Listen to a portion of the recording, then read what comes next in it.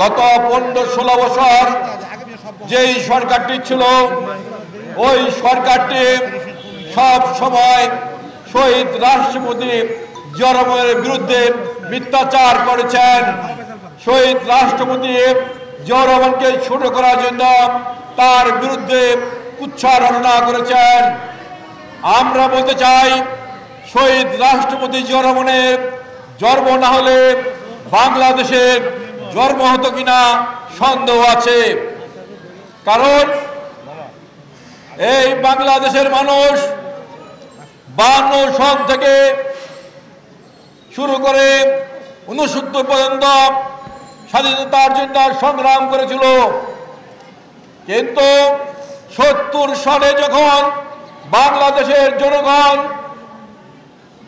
আওয়ামী লীগকে ক্ষমতা দিয়েছিল, পাকিস্তান সরকার যখন নির্বাচিত সরকারের হাতে ক্ষমতা দেয়নি, বাংলাদেশে বাংলার মানুষ ফেঁপে ফুটে আন্দোলনে বেগবান করেছিল স্বাধীনতার জন্য।